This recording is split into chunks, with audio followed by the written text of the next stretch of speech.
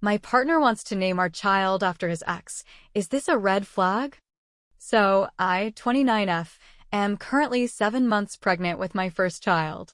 My partner, Ben, 31M, and I have been together for 4 years, and everything has been pretty smooth until, well, this. We were sitting on the couch last week, casually discussing baby names. I tossed out a few I liked: Ava, Charlotte, maybe something classic but not too common. Ben nodded along, but then he said, "What about Emily?" Emily. Now, here's the thing, Emily is Ben's ex. Not just any ex, but his serious ex. They dated for almost 6 years before breaking up, and while he's reassured me countless times that he's over her, hearing that name immediately made me freeze. I asked, cautiously, "Emily? Like, your ex, Emily?" Ben looked surprised, like he hadn't realized the connection, which I find hard to believe. "Oh, no, it's just a nice name, babe. It's common." But here's the kicker, Emily isn't even that common of a name anymore. And the way he said it. I don't know. It didn't sit right with me. I didn't want to start a fight, so I said I'd think about it, but the thought keeps gnawing at me. I don't want to accuse him of anything unfair, but is it just me, or is this weird? I need some outside perspective before I confront him about it. Am I overreacting, or is this a giant, neon red flag? After sitting with it for a couple of days, I decided to bring it up again. I didn't want to sound accusatory, so I approached it as casually as I could. So, about the name Emily. I've been thinking, and I just can't shake the feeling that it's a little weird, considering, your ex. Ben sighed, like he'd been waiting for this conversation. Look, I get it. But Emily isn't just my ex's name. It's also my grandmother's name. I never mentioned it because she passed away when I was really young, and honestly, I didn't think it was relevant until now. I blinked. That was not what I expected. He went on. She was the sweetest woman, and she pretty much raised me when my mom was working 3 jobs. I always thought if I had a daughter, I'd want to honor her somehow. Okay, that explanation made sense. And honestly, it made me feel kind of guilty for assuming the worst. But then, here's where things took a turn, he added, and yeah, I guess maybe that's why I was drawn to Emily when we dated. She reminded me of my grandma in some ways. Excuse me, what? I didn't know how to respond to that. Was this some Freudian thing? Did he date Emily because she reminded him of his grandma? I decided to let it drop for the night. But I couldn't stop thinking about it. Something still felt off, and then, 2 days later, I found something that made my stomach drop. A couple of days after our conversation, I was tidying up our home office while Ben was out running errands. He's not usually secretive about his stuff, so I wasn't snooping, just organizing papers and shuffling through some old boxes. That's when I found an old photo album tucked under a stack of tax documents. Curiosity got the better of me, and I flipped it open. Most of the photos were of Ben in his early 20s, college parties, vacations, and yes, a lot of pictures of her, Emily. She was pretty, I'll admit. But then I noticed something odd. In one of the photos, she was holding a small, delicate pendant necklace. The pendant had a name engraved on it, Emily Rose. My stomach twisted because here's the thing, Ben had also suggested the middle name Rose during our baby name conversation, Emily Rose. It felt like a double whammy. He wasn't just suggesting his ex's first name, he wanted our daughter to have her full name. I closed the album, my hands shaking. When Ben came home, I confronted him. I held up the photo and said, "Ben, are you seriously trying to name our daughter after Emily? Like, both names? First and middle?" He froze. His face went pale, and he sat down on the couch, and then he said something I never expected. "It's not what you think. Emily isn't just my ex. There's something else you need to know about her." Ben let out a long, shaky breath before finally speaking. Emily wasn't just my ex. She was pregnant when we broke up. The words hit me like a punch to the gut. My mind went blank for a second as I tried to process what he'd just said. What? What do you mean? What happened to the baby? Ben rubbed his face with his hands and avoided eye contact. She had a miscarriage a few weeks after we ended things. It was awful. I felt guilty for a long time, even though we'd already split up. I sat down, trying to steady myself. And you wanted to name our daughter after her? After the child you never had with her? Ben shook his head quickly. No, it's not like that. It's not about her. It's about closure, I guess. I've been carrying this guilt around for years, and when I thought about names, Emily just came to mind. Like it would honor the life that never got to be. For a moment, I actually felt bad for him. It was a tragic story, and I could see how something like that would leave emotional scars, but then I remembered the middle name. Rose, and the middle name? Emily Rose? That was her name too, Ben. Both names. Are you telling me that's just some coincidence? He hesitated. No. It's not a coincidence. But it's not about her. It's about what she represented. I thought maybe naming our daughter Emily Rose would let me finally let go of all that guilt. I couldn't believe what I was hearing. He wanted to name our child after the ghost of a relationship he'd never fully buried. I got up and left the room, tears stinging my eyes. I didn't know whether to be furious, heartbroken, or just plain confused, but one thing was clear. There was more to this story. And I wasn't sure I was ready to hear it.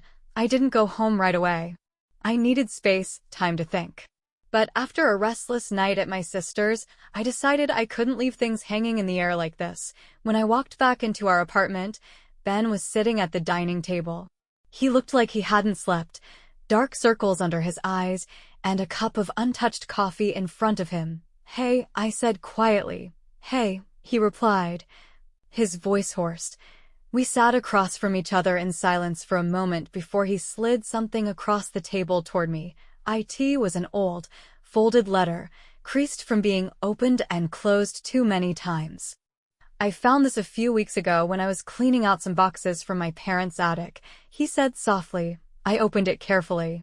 The handwriting was neat but hurried. "Ben, I'm sorry. I can't do this anymore. I need to leave.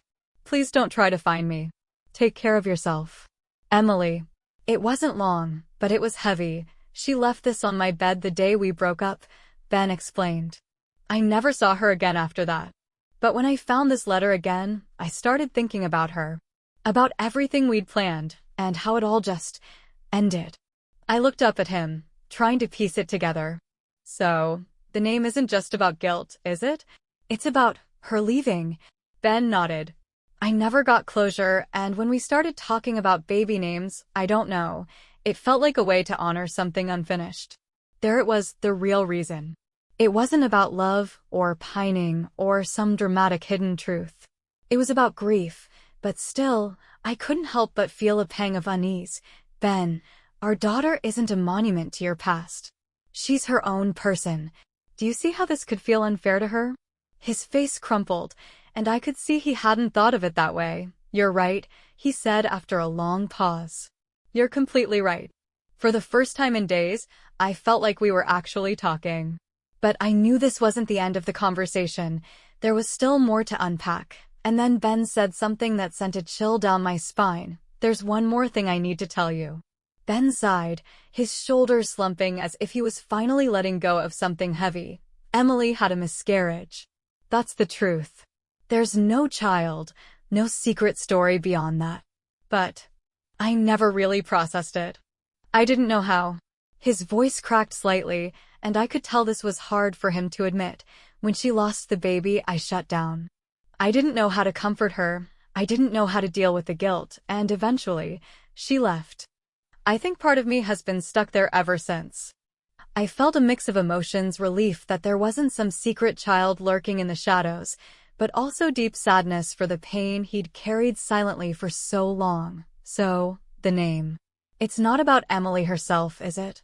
I asked softly. "No," Ben said, shaking his head. "It's about what she represented, a chance I lost, a part of me I never faced. I thought naming our daughter Emily would. I don't know, give me some sort of peace." I let his words sink in. It made sense now, his hesitation, his strange behavior. It wasn't about love for Emily, it was about grief and regret. "Ben, I'm sorry you went through that," I said. "But our daughter isn't a way for you to fix the past. She's her own person. She deserves her own name, her own story. He nodded, looking down at his hands. You're right. You're absolutely right. There was a long pause before he finally looked up at me again. Do you think we can start over? With the names, I mean. I smiled faintly. Yeah, I think we can. It felt like a weight had lifted off both our shoulders. But even though the air between us felt clearer, I still had one lingering question. Ben, why didn't you just tell me this from the beginning? His answer was quiet, almost a whisper, because I was afraid you'd think less of me. Ben's confession hung in the air between us. Because I was afraid you'd think less of me. It was such a simple, human answer. I could see how deeply he'd buried this guilt, how much he'd tried to keep it locked away so it wouldn't touch our relationship. Ben, I said softly, you don't have to carry this alone anymore. You went through something awful, and I'm sorry you felt like you had to hide it from me. His eyes welled up, but he nodded, pressing his lips together like he was holding something back. We sat together in silence for a while. It wasn't awkward. It was the kind of silence where two people just exist in a moment, trying to piece together what comes next. Finally, I spoke. So, new names? A small, tentative smile broke across his face. Yeah, new names. We spent the rest of the evening curled up on the couch, scrolling through baby name lists, tossing out ideas, and laughing at the ridiculous ones. Okay, how about Nora? I suggested. Nora, he said, testing it out. I like it. It feels peaceful. We both sat with the name for a moment, and something about it just fit. Nora it is, I said. For the first time in weeks, I felt a sense of peace settle over us. The heaviness in Ben's eyes had lifted slightly, and it felt like we were back on the same team again. But just as we were about to call it a night, Ben hesitated. There's something I need to do, he said quietly. What do you mean? He looked down at his hands, then back up at me. I think I need to let go of Emily. Properly. I think I need to visit her grave. I froze for a moment. It wasn't what I was expecting him to say, but somehow it made perfect sense. Do you want me to come with you? I asked. He shook his head gently. No. I think I need to do this on my own. I nodded. Okay, take whatever time you need. That night, as I lay in bed alone, I realized how much unspoken weight we all carry from our pasts. And how sometimes the hardest thing isn't letting go, it's deciding to face it at all. Ben went to visit Emily's grave the next day. He didn't tell me much about it, just that he sat there for a while, said what he needed to say, and finally let himself grieve properly. When he came home, he looked lighter, like a weight he'd carried for years had finally been set down. We spent the following weeks preparing for our daughter's arrival.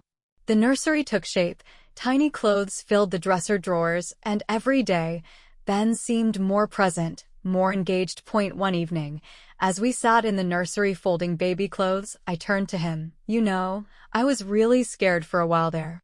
Ben looked up, his brow furrowing. Scared of what? Scared that you were still holding on to Emily, not just her memory, but her. That maybe I'd always be second place in some part of your heart. He set down the onesie he was folding and took my hands. You're not second place, and you never were. Emily was a chapter in my life, an important one, sure, but you're the story I want to keep writing. I smiled, tears stinging my eyes. Good. Because Nora's going to need her dad fully here with us. When Nora was born 2 months later, it felt like everything had finally clicked into place. As Ben held her for the first time, I saw something in his face, a mix of love, relief, and peace. He leaned down and whispered something to her, something I couldn't quite hear, but I didn't ask. Some words aren't meant for anyone else. The truth is, we all carry our pasts with us.